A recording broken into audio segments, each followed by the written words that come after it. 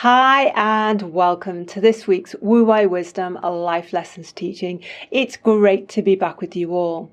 Now, do you constantly worry about what other people think of you and how they may be judging your value or your worth?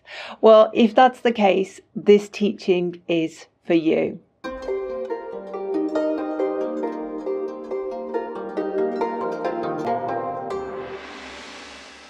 Okay, David, so this thing about worrying about what other people think of us, how common is that an issue for your clients?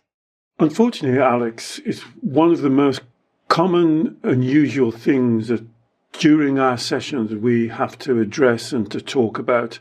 And I think it hits right at the root of the Wu Wei wisdom model, because this idea of creating red light feelings that you called worry about what other people are thinking or saying or surmising about you is very, very common. And what is it in a particular aspect of people's lives that it's more prevalent? So like career and work, or is it relationships, or can it be anything? You know what, Alex, it goes through the whole of life. So it doesn't matter whether you're talking about something that seems mundane, like friendships, just what your friends are thinking about you or saying about you or talking about you, your family, what are they thinking and saying and talking about you and talking behind your back, or in your career, what your boss thinks, what your colleagues think, what your line manager thinks, what your customers are thinking. So it's this constant need to please other people.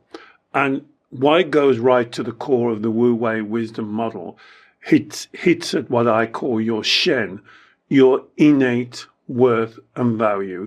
Because at the core of this, when you take everything else out of it, what you're actually doing is looking externally for validation and approval. So if you think about what I've just said, it means you're looking for someone else to give you value. So this is a core teaching right at the core of Shen, your innate worth and value. So, but David, as adults, why is it that we do this? Why is it that we're hooked on this drug of looking to others to know that we're good enough? And this is why I said it falls into our model really well, because the adult person might absolutely experience a tremendous conflict, because in the mature part of their mind, they understand that not everyone's going to like them. But the part of the mind, the subconscious mind or the ego, that we like to label the inner child, that part of your mind is following a completely different story. And that part of the mind is looking for strokes, for approval, for reassurance, for validation. And so many of my clients use that word, validation. And you think about that word, the giving of value. How can someone give you value? How can someone take value away from you? Value is not a commodity that's bestowed on you, because simply, where did they get it from? Where did they get it from? And if you do an infinite regression, what is there? A value tree that somebody goes and picks a bunch of values from and dishes it out to other people. And this is so important. This was seemingly simple thing we're talking about, because this mindset, this way of thinking, this inner child way of thinking, Alex, it makes you the victim. It promotes other people above you, and you're all constantly trying to get something from them, which actually they can't give you. But David, a lot of people would say, isn't it appropriate that I should be concerned what my work colleagues think of me or my boss thinks of me? Isn't it appropriate that I should care what my partner thinks of me or what my close friends think of me? Isn't that like the human condition? We don't want to be disliked. We don't want to be misconstrued. We want to be valued for who we are. Well, I think it's more appropriate to value what you think about you. I think it starts there. I think if you put up what other people think about you in front of you, then what you're doing, you're always chasing their opinion. And as you probably know, and I say this to all of my clients, if I interviewed 10 of your closest friends and family and just said to them, what do you think about X? I would have 10 different conflicting answers. Which one of those are you? And how can you bring all those 10 people into alignment so all of them have the same opinion of you? So on the appropriateness that you're saying, I'm not swinging the pendulum to the other side and saying you go around offending people or you purposely upset people. What I am saying, without a shadow of a doubt, it is far more important that you value yourself. It is more appropriate that you live your life that resonates with what you believe to be your truth, your honesty and integrity. And you have to accept that some people are going to align to that and value that. Some people will disagree, just as I'm giving this teaching here. Some of you will say, oh, yeah, that sounds good to me. And some of you will go, no, he doesn't know what he's talking about. Everybody should like me. Everybody should have an high opinion of me. I should be held in high esteem by anyone. And if you're thinking that, I'm telling you, you're chasing an horizon that you'll never reach. This is impossible. You will never get everyone to like you, to approve of you, to give you value, because quite simply, they cannot give you value. Value is not a commodity. So, David, let's assume we are trying our best, say at work or in a relationship. If we are still experiencing red light emotional feelings of worry or anxiety or fretting about whether we're good enough, are we liked enough, are we approved of enough, are we valued enough, those red light feelings from what you've just said are the indicator that we've got this equation the wrong way round, that we are still putting other people's opinions of us above our own opinion of us. Because just to follow through, and I guess this is my question, if we put our opinion of ourselves above other people's opinion, then we wouldn't get the red light emotions, and we would have a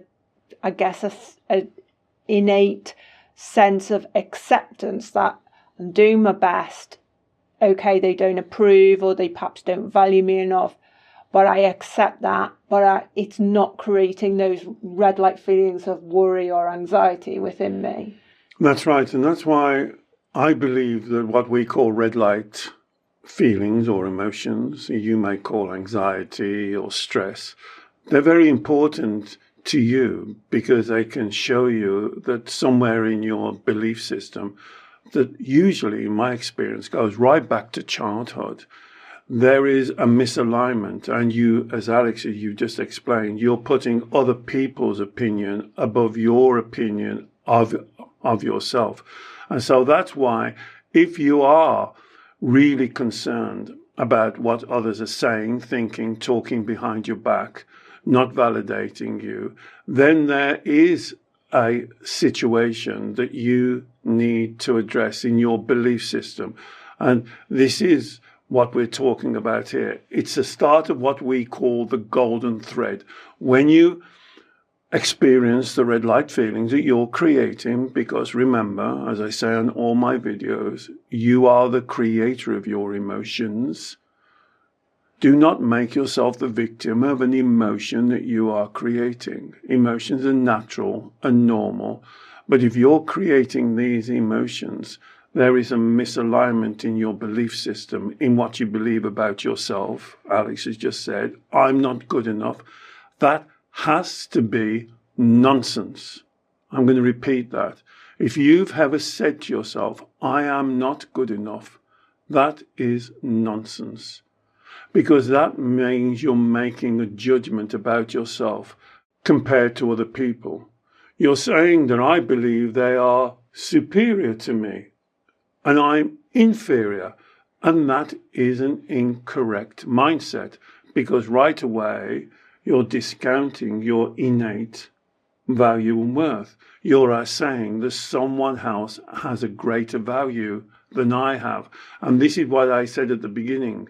This goes a lot deeper, right at the core of our teaching. But David, I think the problem here is we can all logically know, yes, we should be valuing ourselves. Yes, we should be looking to ourselves first to know that we're doing well enough or doing good enough. However, most of us, for our whole lifetimes, we've been brought up in a system which encourages us to look externally for approval, for feedback as to whether we're a good person or not. Right from childhood, we would look to our parents to know whether we were a good boy or a good girl, or doing something wrong or doing something right. And our parents and our teachers also mostly encourage us to look up to authority figures. And in relationships, our whole society encourages us to be the best we can be to get and to hold on to the best partners. So this, I guess, indoctrination of, let's call it faulty thinking, because it really doesn't serve us well on the basis of it creating these red light feelings. But we've been indoctrinated with this looking externally for feedback and for validation. So I'd agree with that, Alex. You said something at the very beginning of your question which was very interesting. And a lot of my clients say to me, I logically know this to be right.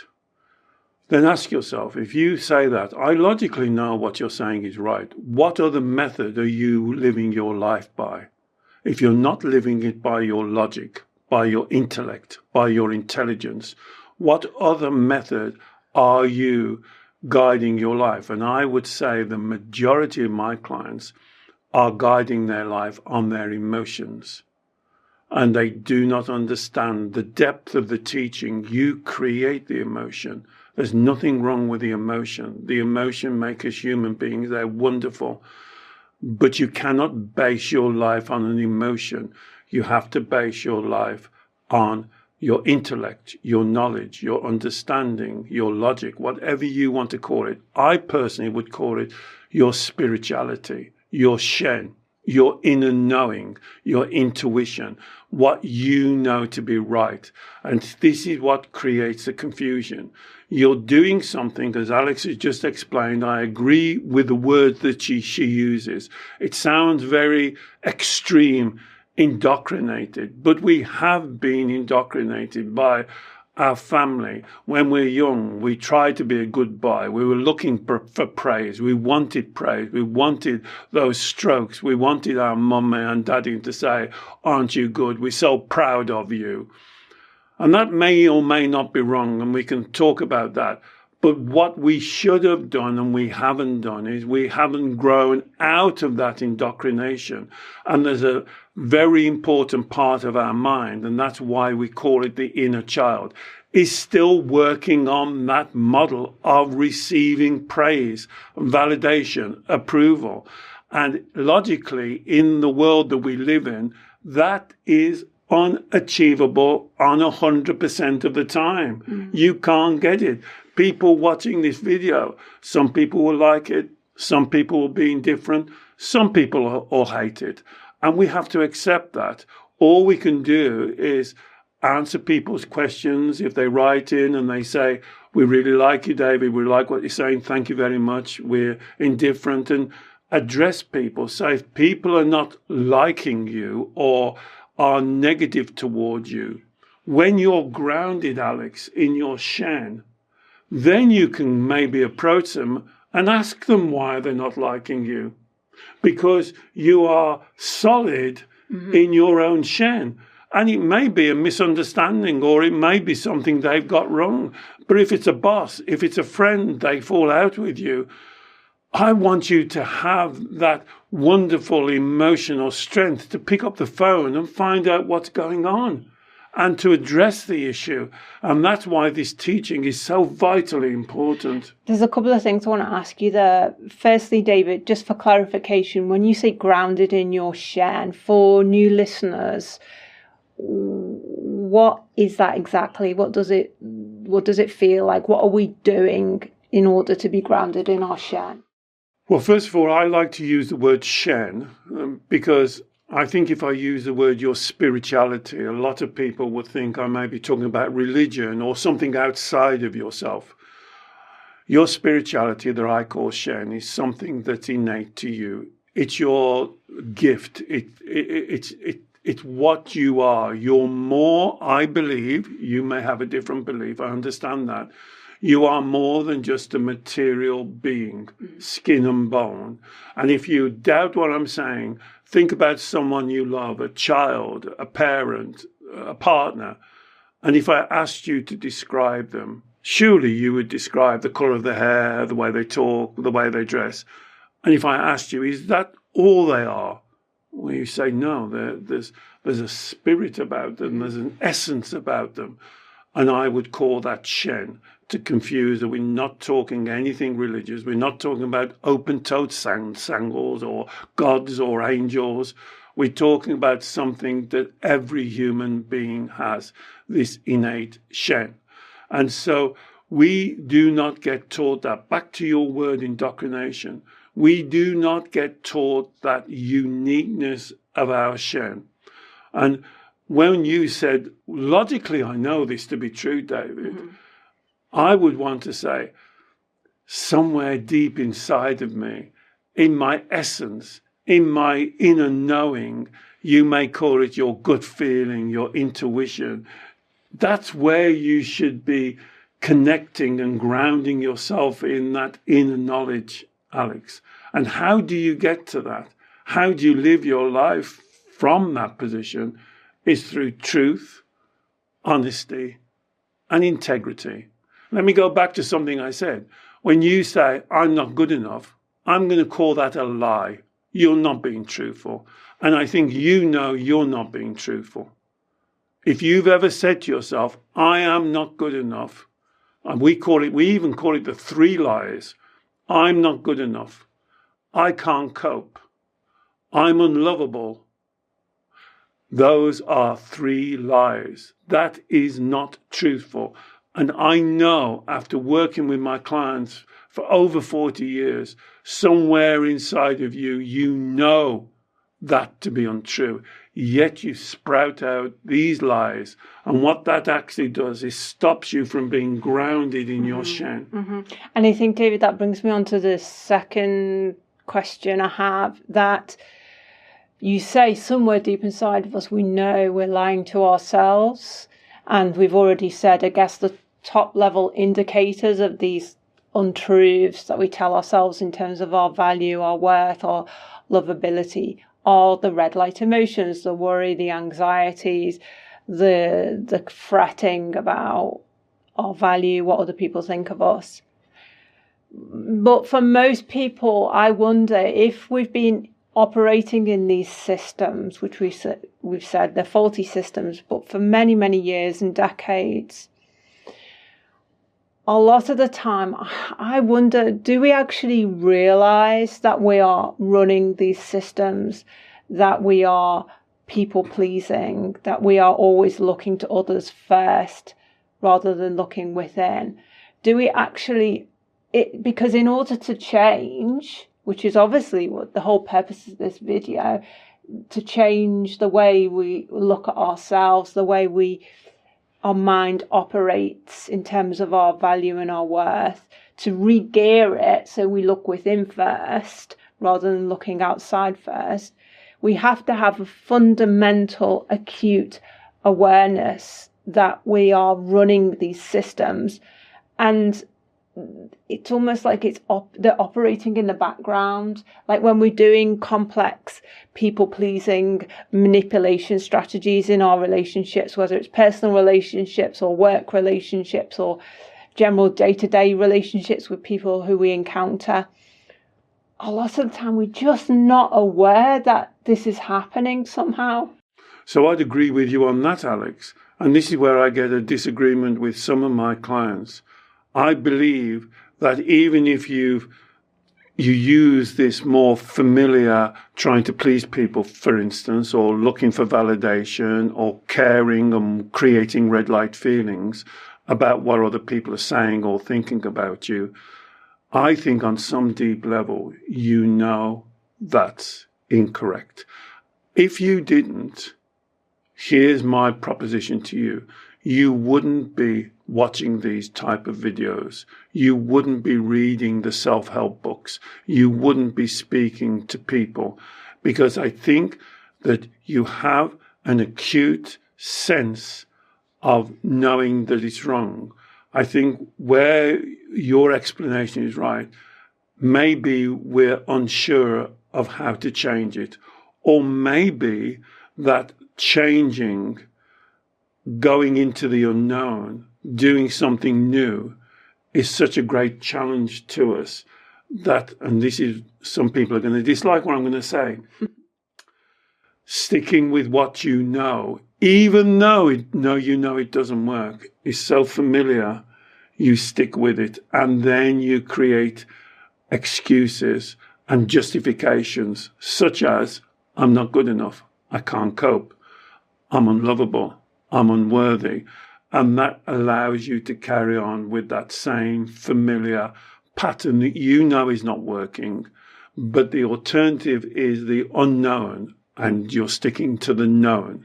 And that alternative of the unknown is coupled with that is what you're saying is a concern that we're going to be negatively judged, that we may be criticised, that our worth as far as other people will be concerned will be diminished somehow. So because of that, those concerns, we try to protect ourselves by staying in our comfort zone, which means obviously we don't expand ourselves, we don't reach our true potential ultimately. Well, this is so common in my model. I've given it a name, CCJ, comparing, criticizing, or being judgmental. And there's a lot of irony here as well, because that part of your mind that we're giving a label of the inner child dislikes intensely even the idea, the thought that somebody's going to CCJ them, criticize them, judge them, compare them negatively. Yet, they're quite happy to do it on other people and to themselves. And this is part of the confusion in these Life's Lessons series of these videos we're trying to make you aware of. There's a wonderful saying in our philosophy: you cannot change what you don't understand. The first step, the first small step is understanding, being clear. And when I say things like, you are the creator of your emotions, you're not the victim of them. You should think about that. Do you agree? Does every part of you agree? I can tell you what happens with my clients. When I ask them that, I normally try and ask them that very early in our session. Do you agree that you create your emotions? And this is what they'll say. Yes, but. See, there's no but there. And what they're saying is the logical side, as you said, the mature side, obviously, nothing wrong with emotions, but they don't float around the room and attack us. We create them. But the part of the mind that we call the inner child can't accept that, because that breaks down the story, because the inner child wants to put forward a story that they are the victim of the emotions. They experience extreme anxiety, stress. It's intense. I'm not belittling it. I'm saying it's so powerful. But then what that does, the inner child uses that as the smoke screen to carry on with the familiar. Okay, so by the sounds of it, David, this all comes down to doing some inner child work. Yes. So to tackle the issue in a nutshell, if we can put it in a nutshell, what would be like the top 3 things that we need to do to break this habit of looking externally for the validation? Well, I've just mentioned one. So write this down if you're watching this video. Do you 100% agree that you create your emotions? Worry, anxiety, stress, fear, being scared, jealousy. Do you 100%, every part of you, agree that you are creating that? Might be justly, might be correctly, might be thinking it's right to create it. I'm not saying that, but do you create it? That's the number 1. Number 2, do you agree that you have innate value and worth? I call it Shen. Do you agree that when a child comes into this world, still attached to the umbilical cord, has that child got innate value and worth? Or do you agree that somebody else has to come and give it to them? And that's very important for this subject, this life lesson. And there can't be, some of my clients will start trying to give me the argument, well, some people have more value than other people. And if they're born in a rich family, they got more. No, it doesn't matter where you're born in the world.